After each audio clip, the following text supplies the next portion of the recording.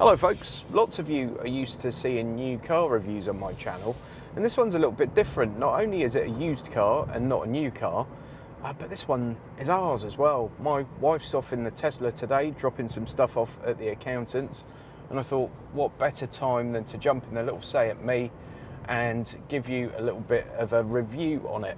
This is going to be a one-take wonder, I hope, unless I fluff my lines too badly.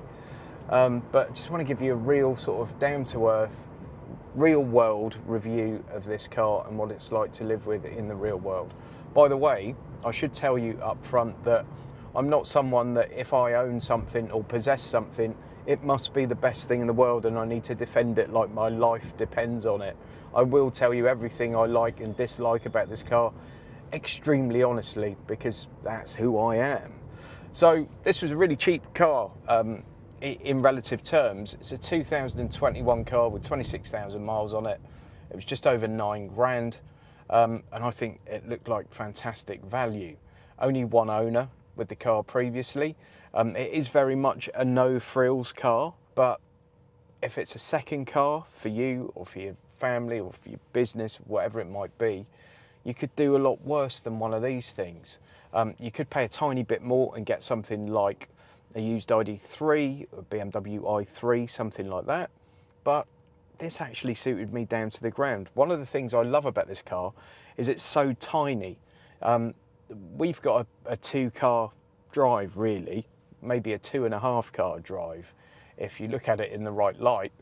And this car fits on alongside 2 large cars. It's that small, you can just fit it into any little nook or cranny. And yes, I am still talking about the car.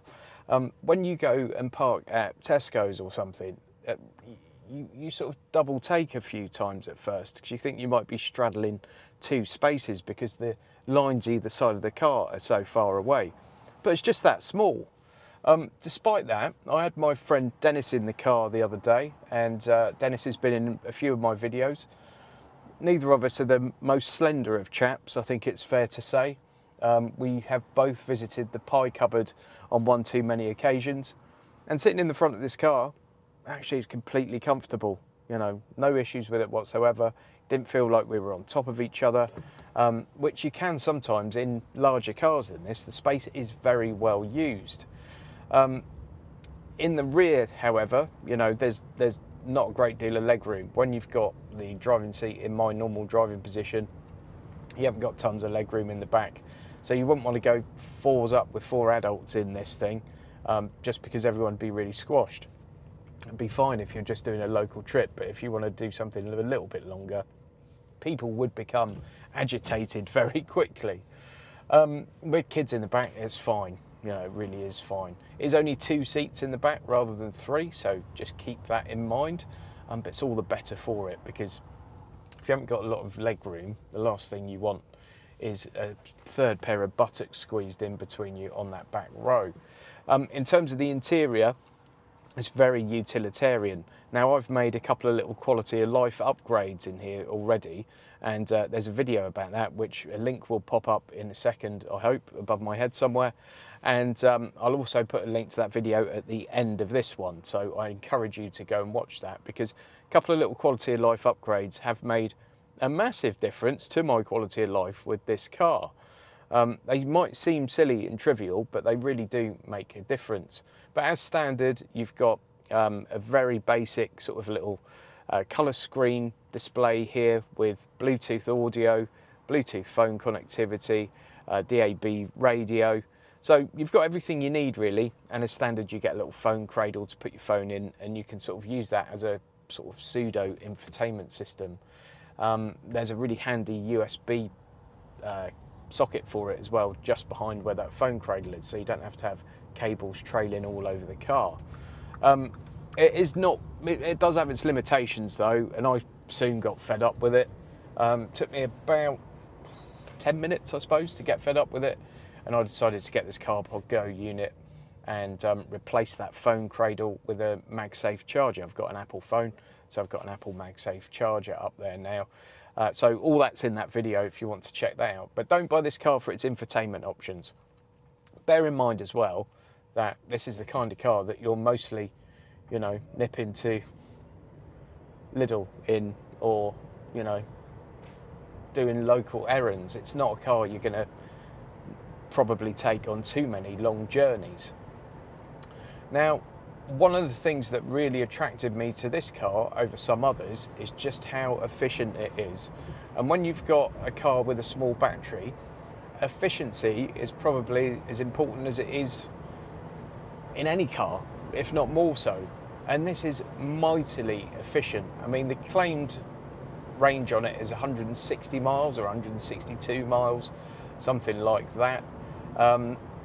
Currently, on this run that I'm doing now, I'm getting 5.1 as my average consumption. Now, this morning, I went out to the gym in the car. I know it's difficult to believe, but I do visit gyms. And that's about 10 minutes each way from my house. On the way back, I usually hit a 50-mile-an-hour road for about half a mile, and the rest of the time it's 30-40 territory. I got 6.1 on that trip this morning. Car's completely cold.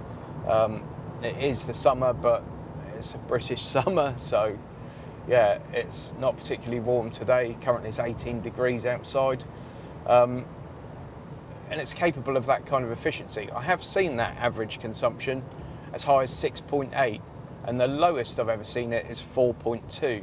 So that's quite impressive. And it does mean that, you know, a car with a small battery is capable of doing quite a lot in between charges.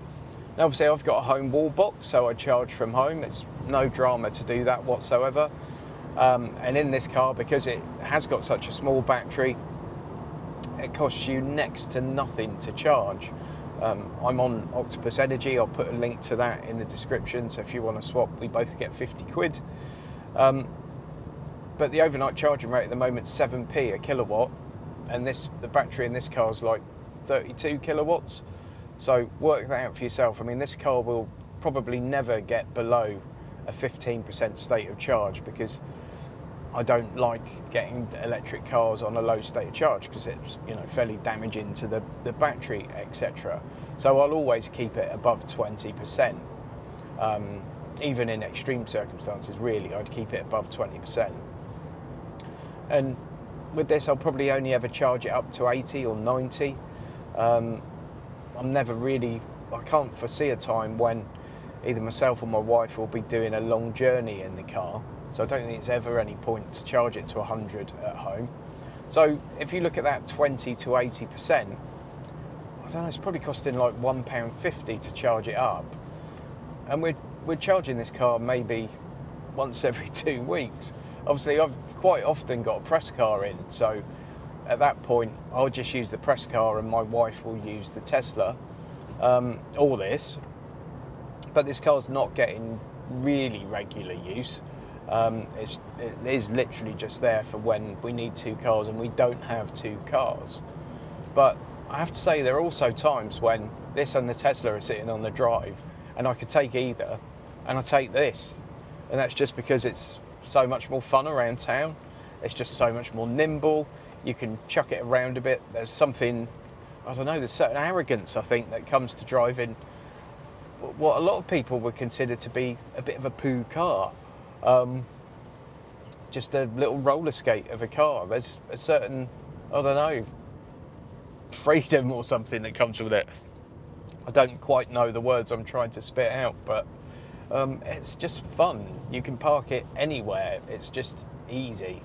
The Tesla's great. I love the Tesla. If I had to buy another sort of main car again now, I'd buy a Tesla Model Y, possibly a Model 3, but I don't think I'd get away with it with the missus. But yeah. But when it comes to just driving around town, this thing is a little bit of a winner. I do like it. It is fun. It is lacking in creature comforts. It's not the world's most comfortable car, I guess. It's got 16-inch wheels, but tiny little tyres on it. It is a bit crashy over the hardest of surfaces. But it is what it is. You know, you're not buying this car to get ultimate refinement. You're buying this car to get from A to B without massive amounts of drama. it should be really cheap to run. It should be really cheap to insure. On that front, I've got the Tesla on a policy with 𝙇𝙗𝙁𝙁𝙁. Now, my cars are owned by my business. I've mentioned it before, I did try to lease both cars, but both times I was turned down for a lease because my business is not sort of old enough and hasn't performed well enough financially. Cry me a river, I know, but I did try and lease both and couldn't, so the cars have both been purchased by my business. Now that narrows down your options when it comes to insurance. Now I've got two, probably at renewal I can look at a fleet policy because I've got two business cars. But there aren't really any fleet providers that cater for someone with one business vehicle. That's weird, but true. If you've got a van, that's fine, you can insure a business van, but two business cars is pretty much a minimum for a fleet. So I will get some fleet quotes when it comes around. But in the meantime, I just added it onto the 𝙇𝙗𝙁𝙁 policy because you've got that multi-car thing with 𝙇𝙗𝙁𝙁. Again, I'll put a link to 𝙇𝙗𝙁𝙁 in the video description for you. Now with that, it actually worked out costing me 150 quid a year to insure this car. I think the actual premium for it was about 350 or 360, but 𝙇𝙗𝙁𝙁 do that multi-car discount. So it worked out at 150 quid a year to insure this car. And actually for the remaining portion of my policy, I had to pay something like 30 quid as a top up on it. So it's due in September. Maybe it might have been 20 quid, I can't quite remember. But it was next to nothing. Obviously there's no road tax on the car or vehicle excise duty. So it's really cheap. Servicing is going to be absolutely negligible. I've got a warranty, I've got a full warranty with ALA. That's a fully insured product, unlike many other warranty providers that have what they call discretionary products. I've done a whole video about that, so look for that on my channel if that's something you're interested in. But a fully insured product means you've got some sort of recourse if the warranty company are not playing ball and you feel hard done by. So I've got that, I've got gap insurance on it, I've got return to invoice gap insurance, again from ALA.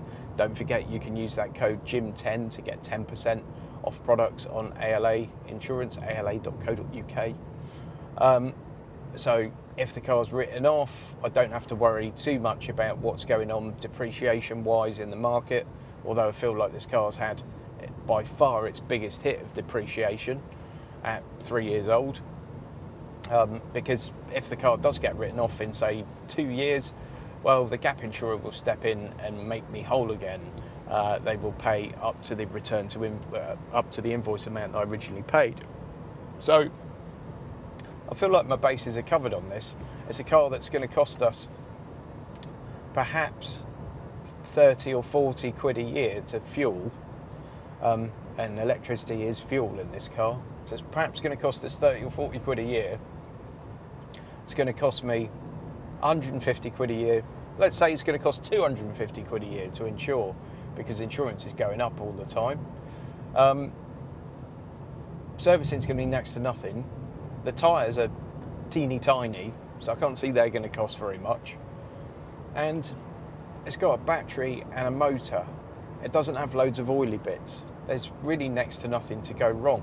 The one pedal driving in the car is brilliant. What you do, you put it into drive and then just push down again, and it's B mode, and that's your regen braking, and it's actually really good. You can more or less one pedal drive in this, and certainly when you get used to it, you can get really quite good with it. So that means I'm not going to get through brake pads and discs in this car very often either, which often with a city car is something that you get through quite a lot because you're always in stop-start traffic. That's something that's pretty much taken away by this drivetrain. So I guess the other thing I haven't mentioned that I should is the boot space. Now the boot appears to be tiny. Like, it looks like if you put a packet of sandwiches from your local petrol station in the back of that thing, it's going to be full. However, it's deceptive really, because it's quite deep. It does there's a huge load lip actually, but it is quite a deep boot. And the other week, I'm going to put a picture up on the screen for you, but I managed to get a full week shopping for my family in the back of the boot. And we actually had friends over for a barbecue as well, so I had a bit extra. And I got it all in the boot of this car, and I couldn't believe it. My daughter couldn't believe it either. I mean, we double stacked the bags in the boot, but it was quite stunning really how much we got into such a tiny boot space. And if you put those back seats down, actually you've got like a little van, and I could see myself doing sort of B&Q runs in this when I'm doing one of my DIY projects. I really think it's a great little car, and I'm falling in love with it a little bit. And if you are sort of in the market for one of these, obviously also look at the Skoda Citigo and the VW 𝙼𝙁𝙁𝙁𝙁. I'm sure the petrol versions are perfectly good as well, but I haven't driven any of those, so I can't really vouch for it. But they're essentially all the same car. What you will find on the VW, I think, has got a leather steering wheel, and I think you get a multi-function steering wheel, so that's a bit nicer. This steering wheel doesn't feel the best. It feels a bit sort of plasticky, rubbery. It's all right, it's nothing wrong with it, it just doesn't feel as nice as a leather one would be. And you've got no thumb controls on it, but the volume knob is there. And yes, it's a proper volume knob, and the aircon are proper buttons. It's just easy. You've got proper dials for your sort of fuel gauge, your speedo, all that kind of stuff. It's quite funny seeing an analog dial on an electric car to show you how much electricity's in it, but it works, so who really cares? The little display in the middle of the speedo tells you your average consumption. I'm at 5.4 miles per kilowatt hour now, by the way, just out of interest. You can also get digital speedo on there. The trip computer's what you'd expect in most VW group cars, so very good. The seats are really comfortable. I really like the seats in this car. It's all one piece, so the headrest is built in.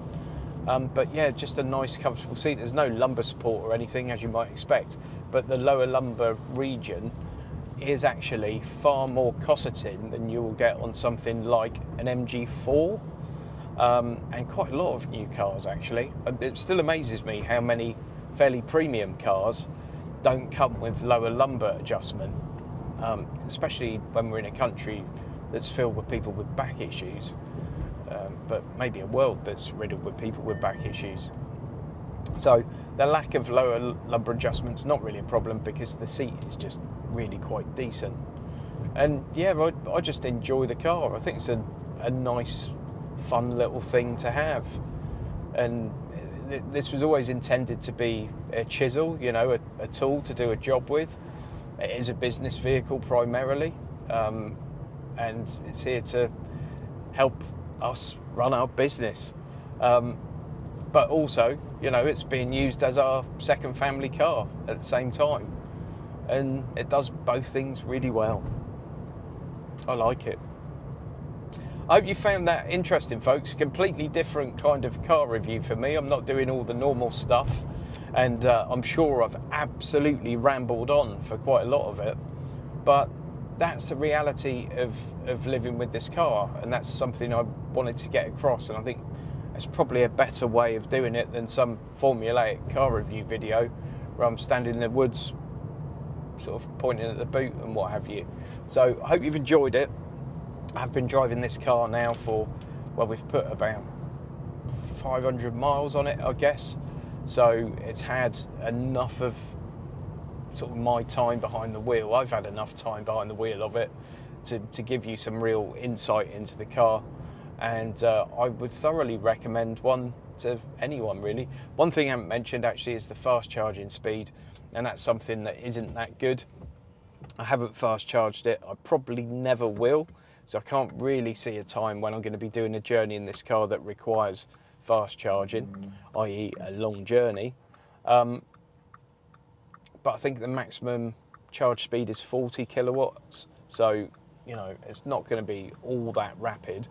However, you've got to remember it's only a 30 kilowatt battery. So you're probably going to put range in it at a decent rate, even at 40 kilowatts. It's just something that I haven't done, so I can't really vouch for, and it's something I'm fairly unlikely to do as well. Come on, traffic. There we go. So I hope you found this video useful. Please subscribe to the channel. You know, I put a lot of effort into it. I know it doesn't look like I do half the time. I'm not probably the best cameraman or editor or anything like that, but I put tons of effort into this. This is very much a full-time job for me now, and all the support I get is massively appreciated. All the nice comments are massively appreciated. I even appreciate the people that come on there just to tell me that I've said something wrong or that I'm a fat idiot, because it all helps the algorithm, and that's what it's all about. So thanks ever so much for watching this. Sorry I've rambled again, but I wanted to do this as a one take just to give you a genuine insight into the car and what it's like. I'll catch you on the next one. Now go and check out that video of the little upgrades I've done to this car, because if you've got one or you're considering one, whether it be the electric or petrol or whatever, go and check it out, because you might find it's something you might like to do yourself. Thanks again, folks. See you on the next one.